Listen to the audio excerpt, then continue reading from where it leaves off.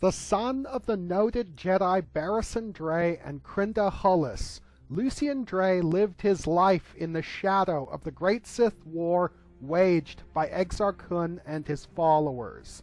His father was killed in the fighting, and his mother was left emotionally traumatized by her experiences.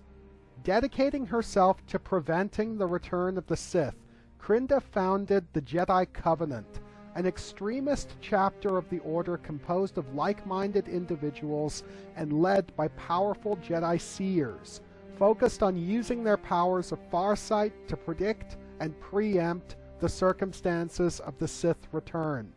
As Lucien didn't inherit his mother's gift for farsight, she effectively abandoned him, leaving him in the care of her attendant Hazen, while she focused on training those who actually possessed the gift.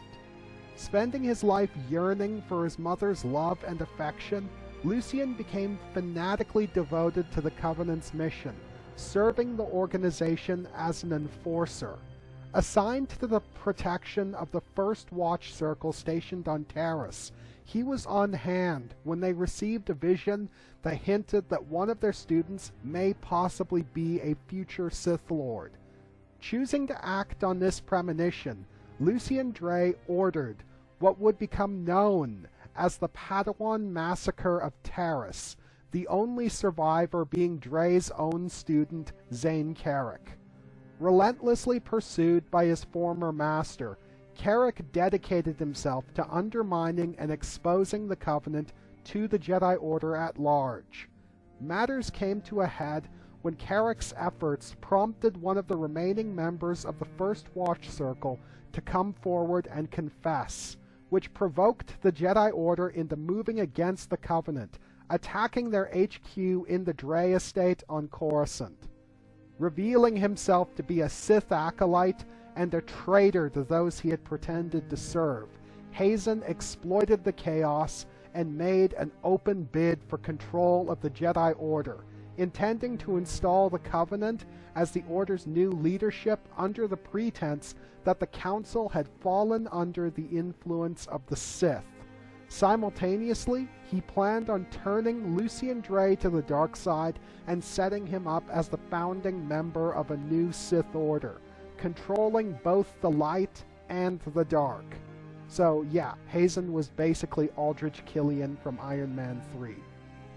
In the midst of all of this, Lucien was also confronted by the death of his mother, which very nearly drove him to the dark side, though he managed to recover himself at the last moment with the help of Zane Carrick of all people.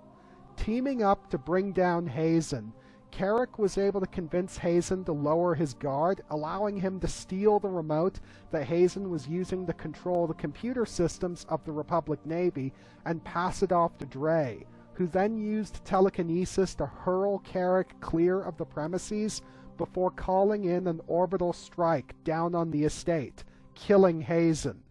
Narrowly surviving the incident, Lucien Draay retreated to a remote moon that he had secretly purchased some years earlier and reformed the Jedi Covenant, this time based around the ideals of both his mother and his father.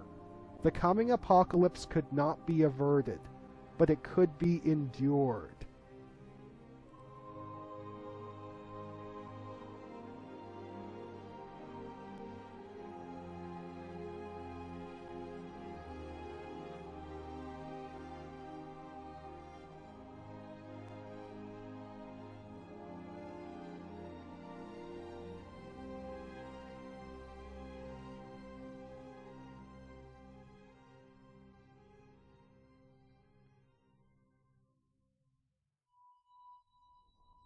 The son of the Jedi fugitives Kento and Mali Marek, Galen lived his life in the shadow of the Clone Wars instigated by Darth Sidious, which served as his vehicle to assume power as Emperor Palpatine.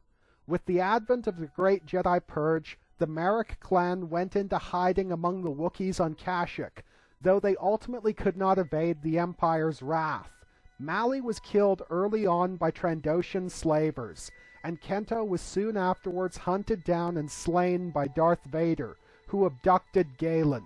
Taken on as Vader's apprentice, years of harsh training crafted the rechristened Starkiller into a potent Force weapon, and he was often called upon to serve as Vader's personal assassin, though he yearned to be pitted against a Jedi. He finally got his chance when he was charged with hunting down and killing the Jedi Master Rom Koda. Carving his way through Koda's men and confronting the Jedi, Starkiller handily bested him in lightsaber combat, leaving him severely injured, though Koda managed to get away with his life, a fact that Starkiller carefully omitted from his report to Vader. He was subsequently dispatched against the mad Jedi Kazdan Paratus, and most notably the Council Master Shakti, killing both. He returned to his master expecting to finally perform the mission that he had trained for all his life, to stand at Vader's side against the Emperor. Instead, he was confronted by Vader's betrayal, as Palpatine had discovered his existence and ordered his death. Vader made a show of executing Starkiller, but afterwards retrieved his body and brought him to his top-secret research vessel, the Empirical, to be revived and rebuilt. Brought back to consciousness 6 months later, Starkiller was presented with a clean slate and a new mission statement: assemble an army of rebels and dissidents to distract Palpatine and his spy network, allowing Vader and Starkiller to catch him unawares. The first thing Starkiller did was to track down Rom Koda, who had gone to seed as a blind drunk on Bespin. Initially reluctant to help him, Koda eventually agreed to put him in contact with his political contacts. Starkiller managed to assemble a powerful group of supporters, and matters came to a head when they gathered on Corellia to formally declare the Rebel Alliance. However, Starkiller was in for another bombshell, as Vader betrayed him and brought the Imperial military down on their heads, capturing the rebels and leaving Starkiller for dead, though not before revealing that Starkiller's entire life had been a lie.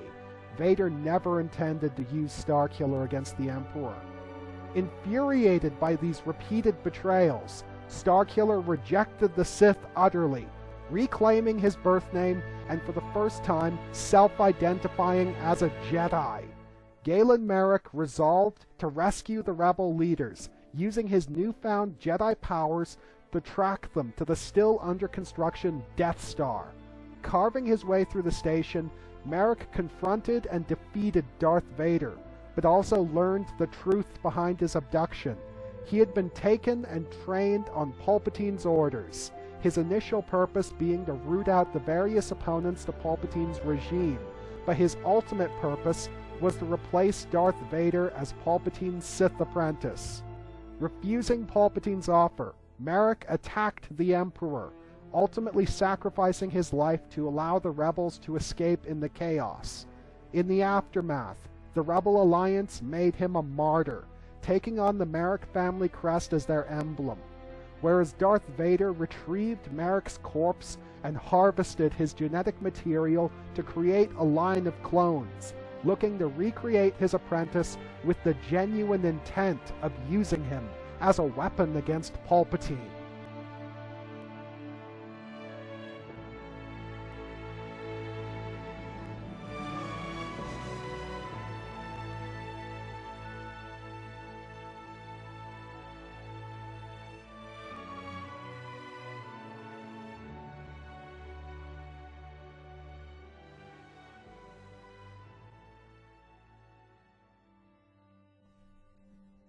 This matchup was very much inspired by Matt Chapman's Lucien Draay vs. Anya Kuro, as he released the video when I was starting work on my analyses of Galen Marek, and I was puzzling over a good matchup for him, and there were a lot of aspects to Lucien Draay that made a fight between him and Marek appealing to me.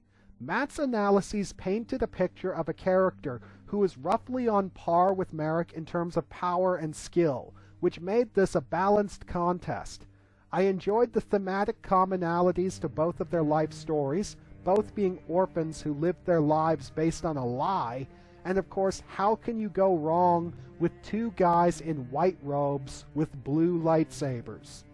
I know I chose a picture of Lucien Draay armed with a red lightsaber for the title card, but that was a reference to the themes of their stories. Both started out as one thing, but then became something very different. And I must say, I certainly didn't expect Lucien Draay's story to end with him becoming a blind mystic.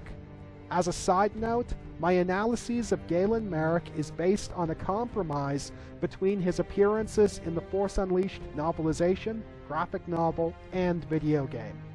And now that all of that is out of the way, let us proceed with Lucien Draay versus Galen Marek.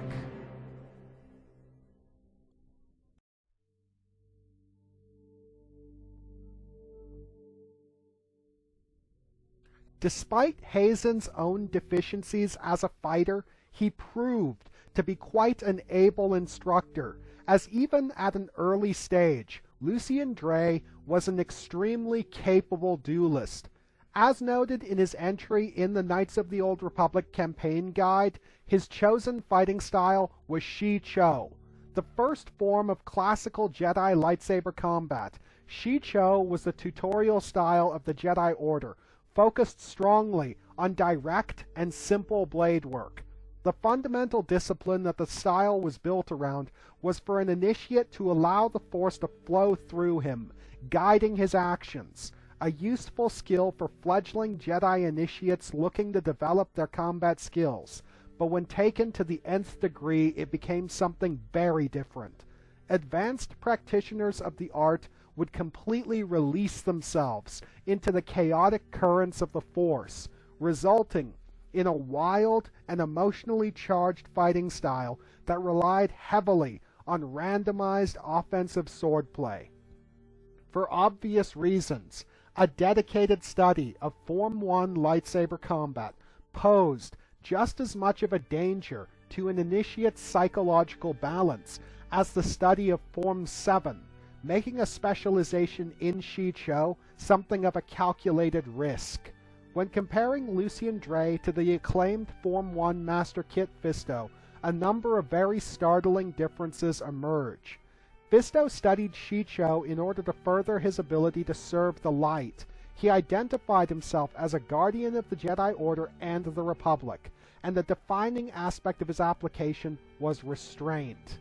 Rather than being a guardian of the Order, Lucien Draay was a Sith hunter, using Form 1 to forge himself into a weapon to strike out at the heart of darkness. He was an aggressive and domineering fighter who, in my view, was more easily compared to Anakin Skywalker than he was to Fisto. However, this focus did not translate into a lack of control.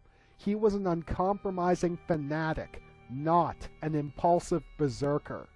Matt Chapman described Shii-Cho as being the dance of the extremist, an extremely apt description where Lucien Draay is concerned.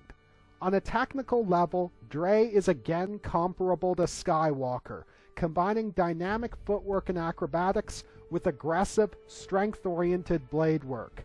In keeping with the practical focuses of Form 1 lightsaber combat, he was highly effective against large groups of assailants, though to his credit, not at the expense of his ability to engage a lone adversary.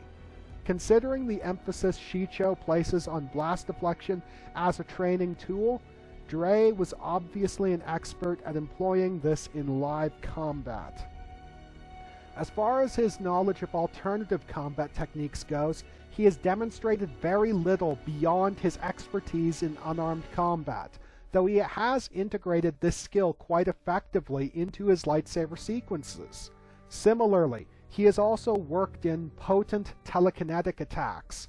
As a tactician and strategist, Lucien Draay's greatest strength and weakness was his ruthless aggression. He would focus in on his target and smash through all obstacles in his path to destroy it. When he had the element of surprise on his side, the results could be devastating. But when confronted by foes who were prepared for his onslaught, he left himself exposed to retaliation. Ironically, when acting as the defender, his favored tactic was to exploit defensive lapses of that nature, preempting his adversary's attack with his own. Clearly, Lucien Draay felt that the best defense was a good offense, and his was absolutely overwhelming. Rapidly executed power attacks enabled him to keep opponents on their back foot, and deft acrobatic evasions allowed him to keep up his momentum even when under fire, as well as to trick opponents into overextending themselves, creating openings. At the end of the day, Lucien Draay was a dedicated and relentless offensive duelist. Ruthless, uncompromising, and emotionally driven, he took massive risks and left himself hugely exposed, but not at the expense of sophistication. He had his limitations, but he was extremely capable and a true sword master.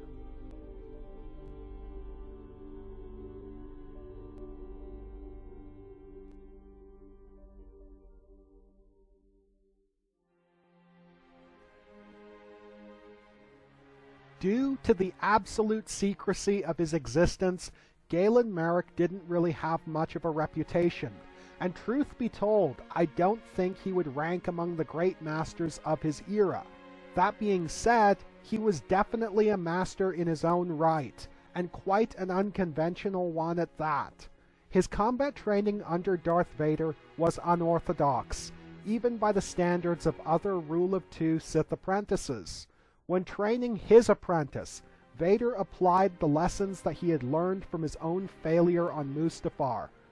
Rather than allow Marek to develop as Anakin Skywalker did and invest everything into a small set of disciplines at the expense of everything else, he forced him to balance out between a broad array of skills in order to promote versatility and adaptability, and not allowing the reliance on pure offensive technique that proved to be Skywalker's downfall.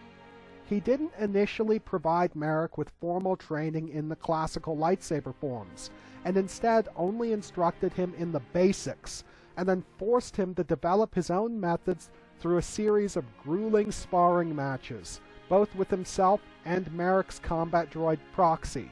Accordingly, many of the elements of Marek's personal style were unique to him. Later on, he studied the 7 forms, gaining a basic familiarity with all of them and developing a high level of skill in certain styles.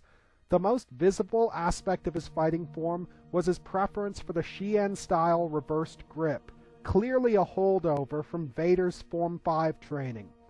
Created in answer to the perceived weaknesses of Form 3, Surisu, Shii was similarly geared towards blast deflection, but turned this defensive move into a form of counterattack by deliberately aiming deflected bolts back at the shooter.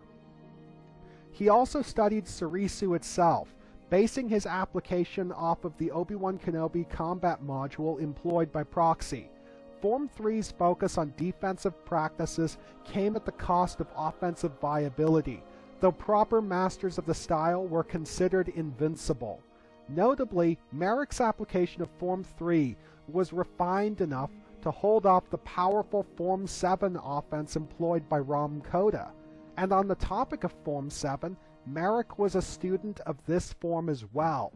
Zhuya was the highly aggressive penultimate lightsaber form, relying on bold direct movements and attacks, backed up by highly advanced force-assisted acrobatics. One of the basic prerequisites of the style was mastery of multiple other fighting forms, which gives us a window into just how advanced Marek's skills were. The thing that intrigues me the most about Zhuya is the implication behind this prerequisite. Because every student of the style is going in with completely different skill sets and backgrounds, no 2 applications of Form 7 would ever be alike. For example, Darth Maul was a master of Naiman, Jar-Kai, and Teräs Käse, fighting styles that emphasized intense mental and physical discipline, awareness, and coordination. Accordingly, his application of Form 7 was defined by his fierce control and his emphasis on the physical aspect of combat. By contrast, Marek's improvised skill set and utilitarian choice of forms made lightsaber combat more of a technical exercise for him. While he has released himself into the Force when fighting, such instances were rare, and he was instead defined by a more detached mentality. Galen Marek executed dynamic moves and elaborate blade work with a solid level of efficiency, coming on fast and hard and slamming into his opponents like a freight train, but without burning his own energy away too quickly. Conversely, he was capable of falling back on his agility and tight defensive swordplay when tangling with adversaries that he couldn't simply overwhelm. Both practices were reinforced by his extremely well-developed stamina. During one of his early sparring matches with Vader, his master deliberately drew out the contest in order to test his apprentice, and Marek held out for hours before succumbing to sheer exhaustion. But possibly the most important aspect of his technique was his masterful incorporation of powerful force-based attacks, ranging from telekinetic strikes and lightsaber throws to bursts of lightning. Notably, he didn't just use these skills to batter and brutalize, but to stagger and off-balance, or to take advantage of environmental factors, improving his own tactical viability.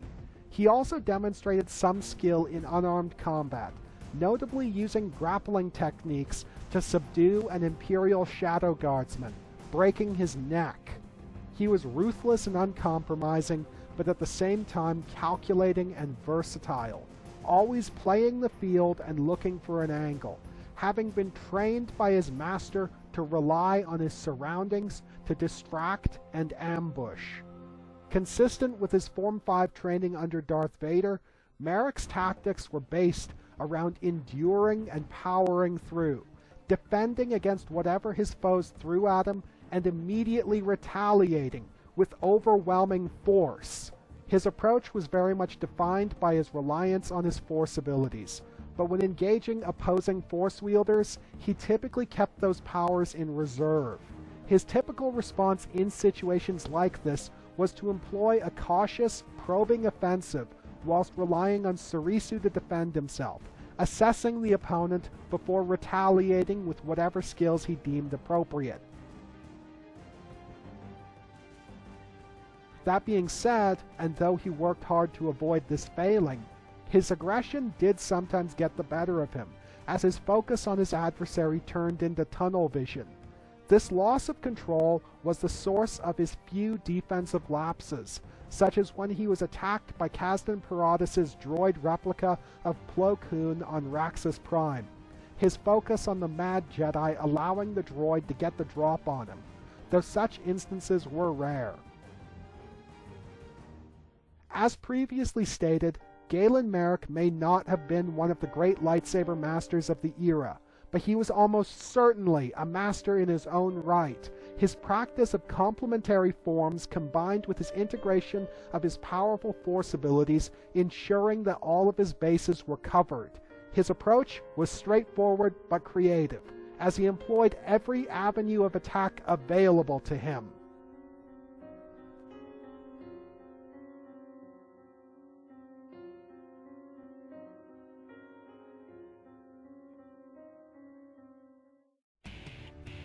In my view, Lucien Draay is the more skillful swordsman, but Galen Marek isn't far off. Do remember that the basic prerequisite for studying Form 7 is mastery of multiple other fighting forms. Marek may not be on the same level as Draay, but he is in the same league and can compete with him. Much like a classical master of Juya, Draay's overwhelming offensive might comes at the expense of his defensive viability, and while it isn't outright stated, it is clear to see that if he were ever confronted by a foe that he couldn't immediately overwhelm, or at least force into a defensive posture, then he can get into trouble very quickly, as his own fighting style leaves him so exposed. By contrast, Marek's improvised skill set and practice of complementary forms covers his bases much more effectively. I think that he would be initially caught off guard by Draay's wild rush, but he would be able to withstand it and find some way to counter, whether off-balancing the Jedi Master with his force abilities, evading and dodging around his offense, or maybe even retaliating with Juya. Simply put, he has all the tools he needs to defeat him. So accordingly, Galen Marek gets the edge as a martial artist and lightsaber duelist.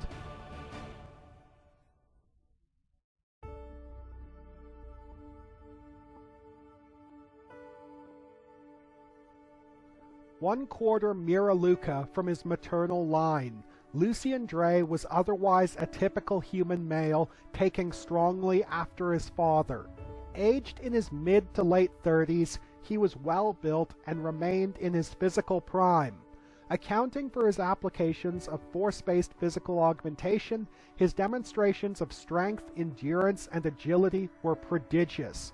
Subjected to a powerful blast of dark side energy that left disfiguring second and third degree burns on his hands, he recovered quickly and waged a fierce lightsaber duel with Zane Carrick almost immediately afterwards. Simply put, Lucien Draay is not going to be beaten into submission. It is a death blow or nothing.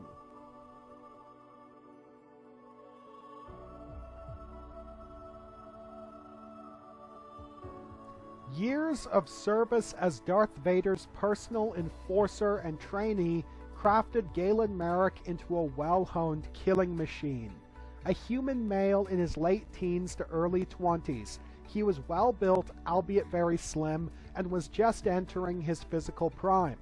As evidenced by his dynamic fighting style, Marek's primary attributes were his agility and flexibility, though his strength and endurance were also considerable.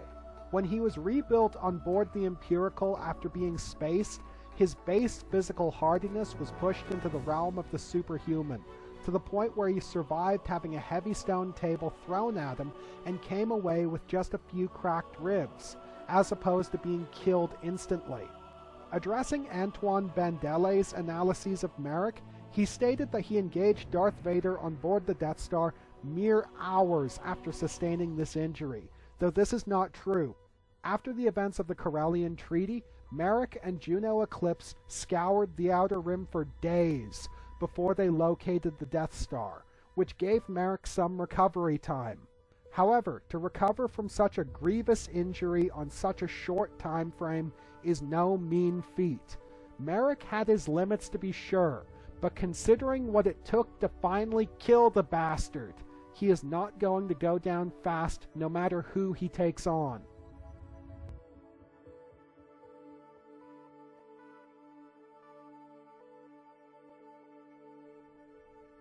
This conclusion is pretty simple. They demonstrate similar levels of physical output, but Draay can't match Marek's hardiness, seeing as Marek was quite literally built like a tank. Galen Marek gets the edge in physical ability.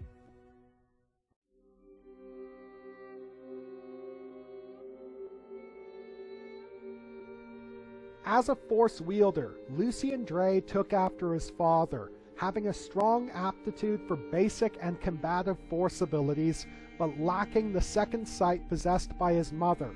While this lack of understanding of the higher mysteries made him a failure as far as she was concerned, his more basic aptitudes left him perfectly optimized for his role as the Jedi Covenant's watchdog. He possessed the basic skill set common to all Jedi: physical augmentation, telekinesis, and basic telepathy. A narrow palette to be sure, but he made up for this through sheer magnitude. Befitting his role as a combat specialist, his capacity with physical augmentation was phenomenal. In addition to the enhancement of agility and reflexes to allow for such feats as superhuman acrobatics and blast deflection, he was also capable of augmenting his strength to the point where he could overpower and disable an HK series combat droid with his bare hands. This emphasis on strength and power carried over to his applications of telekinesis. From close range, his basic push could blast apart the chassis of an HK series combat droid, and on a larger scale, he unleashed a Force wave, powerful enough to clear the loading bay of the Jedi Tower on Taris, among other things scattering and destroying several T-1 bulk loader droids, a model noted for its durability. Conversely, he possessed refined telekinetic defenses, even maintaining a staggered advance in the face of attacks of a similar magnitude. As a telepath, Draay was capable but nothing to write home about, versed in the basic mind trick and possessing the immunity to fear effects and mental interference common to all masters of his caliber. As I outlined in my previous video, Warbnull vs. Kukruk, I believe that this immunity needs to be taken with a grain of salt, though I won't go into the details here as it isn't relevant to this matchup. What is relevant is Draay's complete lack of any faculty for energy-based force abilities, which leaves him completely defenseless against users of such powers. Lucien Draay was an advocate for the direct approach in all things, typically employing his powers in a very blunt, straightforward manner.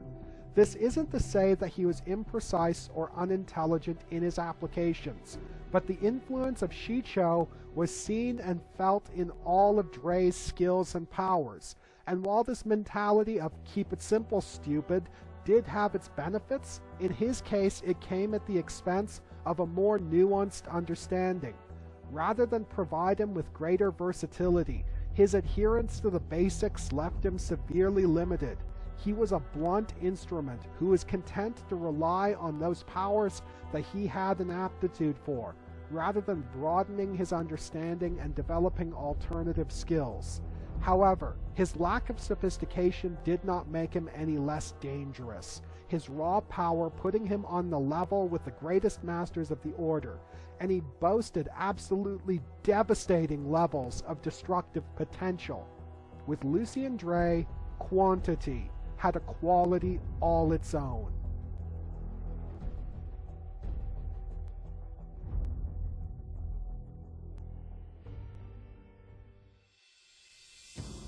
When examining his capabilities as a force wielder, I freely and willingly concede that Galen Marek is easily in the top tier, one of the greatest of his era.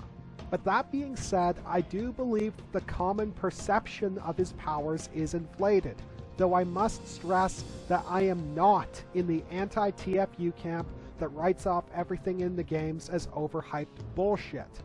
It must be understood that the magnitude of Marek's abilities is not uncommon among force wielders of that caliber, and in fact his feats have not only been matched, but eclipsed by others. When Marek supposedly ripped that Star Destroyer out of the sky on Raxus Prime, all he did was take a vessel that was already coming in for a crash landing and force it into a nosedive. As far as precision and control went, Grandmaster Yoda's casual manipulation of CIS battle droids and landing craft during the Battle of Coruscant made Marek's feat look amateurish, and his magnitude was soundly eclipsed by Dorsk 81, who telekinetically hurled an entire fleet of Star Destroyers halfway across the Yavin system in defense of the Jedi Praxium, though at the cost of his own life. Rather, what set Galen Marek apart from his contemporaries was the frequency and the creativity with which he employed his powers. By the standards of Sith combat specialists, Marek's skill set was quite basic: physical augmentation, telekinesis, lightning, etc. As a combative force wielder, he preferred to operate as a battlefield juggernaut, but he was entirely capable of employing subtler, more tactically oriented powers. This combination of brute force and creativity was best demonstrated by his usage of telekinesis. In terms of sheer magnitude, his basic pushes and shoves could scatter massed groups of enemies and absolutely devastate his surroundings, a capacity further reinforced by his tactic of using telekinetic throws to turn loose objects into projectiles. His most overtly destructive ability was the Force Repulse, a gathered burst of force energy that was built up and released as a powerful telekinetic wave.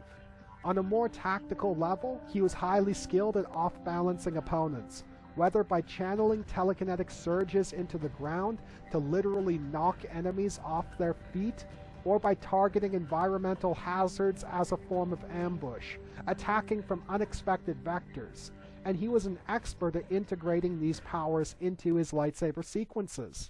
Speaking of his lightsaber, he was also extremely proficient at using this power to guide his weapon when thrown, either in pinwheeling arcs to strike multiple targets, or like a javelin to impale specific enemies. He could also employ telekinesis as a precision tool, capable of choking out targets with force grip, or disassembling and reassembling his lightsaber while in meditation. This shared emphasis on raw power and variety also carried over to how Marek employed Force Lightning. On a basic level, he could strike multiple targets with lethal force. On a tactical level, he was able to influence the battlefield by charging up or shorting out machinery. And most impressively, he was able to integrate it into his lightsaber sequences by channeling the energy along the length of his blade as he struck, practically tripling his effective lightsaber range.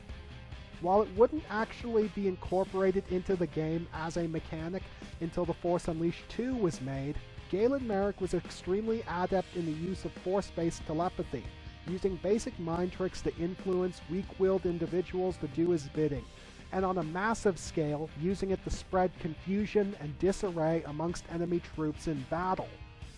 In contrast to his other powers, there isn't much to say about Marek's application of force-based physical augmentation. It's a very narrow power intended to serve a very specific purpose, and it doesn't really leave any room for alternative applications. You can tailor it to suit your needs, but you can't really use it for anything other than its intended purpose. He is capable of the superhuman feats of speed, strength, and agility that are necessary for the study and practice of Jedi and Sith martial arts. Nothing more and nothing less. Ultimately, Marek's offensive might came at the expense of defensive viability. His force shields for guarding against telekinesis were relatively weak, and though he could deflect any attacks that he saw coming, he was often caught off guard by those attacks that he didn't. He clearly had some skill with Tutaminis, but it was exceedingly limited. He was able to contain and direct the energy of Palpatine's Force Lightning, using it against the Sith Master, but he wasn't able to prevent it from harming him, a weakness that contributed directly to his death. But at the end of the day, Galen Marek was very much Darth Vader's student, displaying a wide variety of influences in his approach, successfully marrying a Sith-style emphasis on brute force with a Jedi-style focus on utility and tactical ingenuity. He was an innovator who pushed the limits, advancing all of his abilities to their nth degree and using them in as many ways as he possibly could. His understanding of the higher mysteries was comparatively limited, but he stood as one of the most powerful and flexible combative force wielders of his era.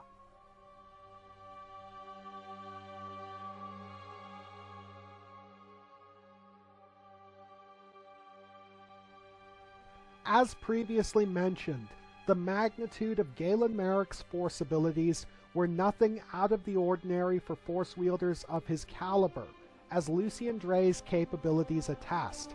Instead, and as should be obvious, Marek's advantage comes from the creativity with which he employs his abilities. Both are battlefield juggernauts, but Draay is little more than a blunt instrument, while Marek applies his powers in a much more calculated and varied fashion, improving his own tactical viability as well as brutalizing the enemy. Granted, Marek's powers would not be an unbeatable trump card against Draay, due to his adversary's own powers, but they would be useful for off-balancing and staggering him, undermining his offensive approach. Galen Marek gets the edge as a force wielder.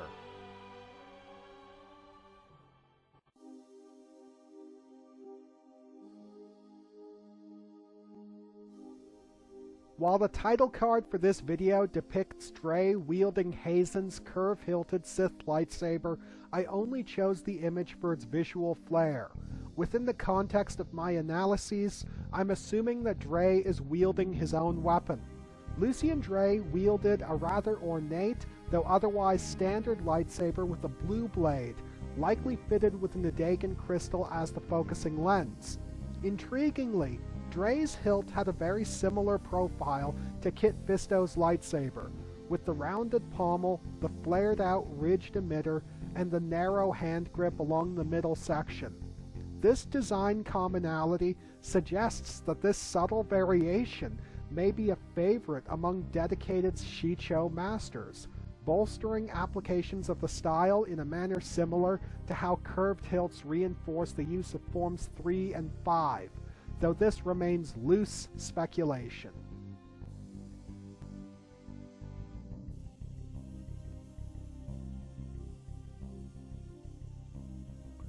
While not depicted in the game, it was described in the novelization that Galen Marek employed 2 lightsabers over the course of his career.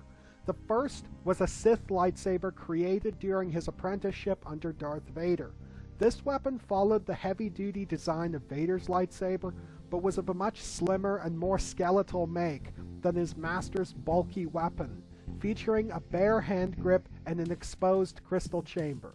The hilt was composed of somewhat tarnished metal, and the mechanism employed a Sith-style synthetic crystal as the focusing lens. The second weapon he wielded was the lightsaber of Rom Koda.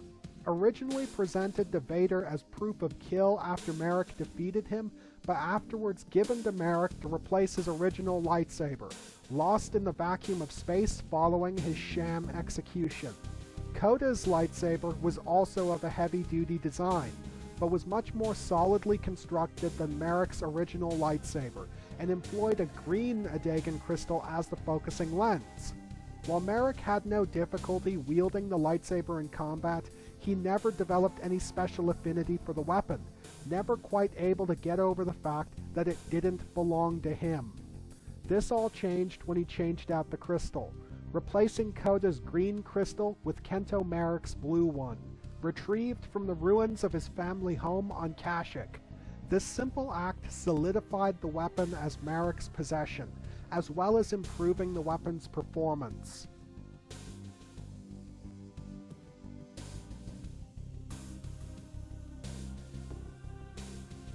Truthfully, there wasn't much reason to go this in-depth when analyzing their weaponry, aside from satisfying my own lust for detail.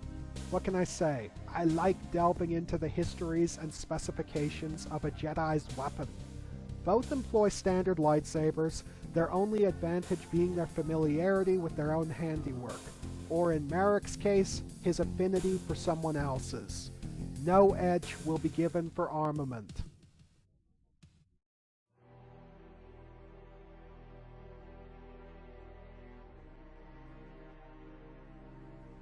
There are a great many thematic similarities between the stories of Lucien Draay and Galen Marek. Both were orphans raised by enigmatic outsiders with their own agendas, and both were weapons forged by their masters to strike out at their enemies, though neither realized who the true targets were until the very end. Draay thought he was a Sith hunter until it was revealed that he was actually Hazen's prospective Sith apprentice.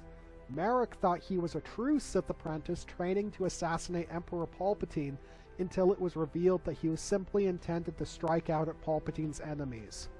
But ultimately, both were fully aware of their roles as weapons in the hands of others, and they developed their skills accordingly. However, despite this commonality, they developed along very different lines. Lucien Draay built his skill set according to his aptitudes, whereas Galen Marek built his based on combat experience. As a result, Draay's skill set is much narrower.